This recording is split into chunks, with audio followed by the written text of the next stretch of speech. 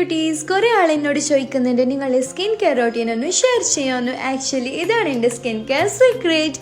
ലുക്ക 2 months ആയി എൻ്റെ ഫേസിൽ പിമ്പിൾസ് വരാൻ തുടങ്ങിയിട്ട്. But when I started use this cream എൻ്റെ ഫേസിൽ നല്ലോണം ചേഞ്ചസ് വന്നിട്ടുണ്ട്. ഫേസിൽ ഞങ്ങൾ വൈറ്റനിങ് ക്രീം അപ്ലൈ ചെയ്യുമ്പോൾ നെക്കിൽ കൂടി അപ്ലൈ ചെയ്യണം, അല്ലെങ്കിൽ നിങ്ങളെ കളർ ഡിഫറൻസ് ഹൈലൈറ്റ് ആയിട്ട് കാണും.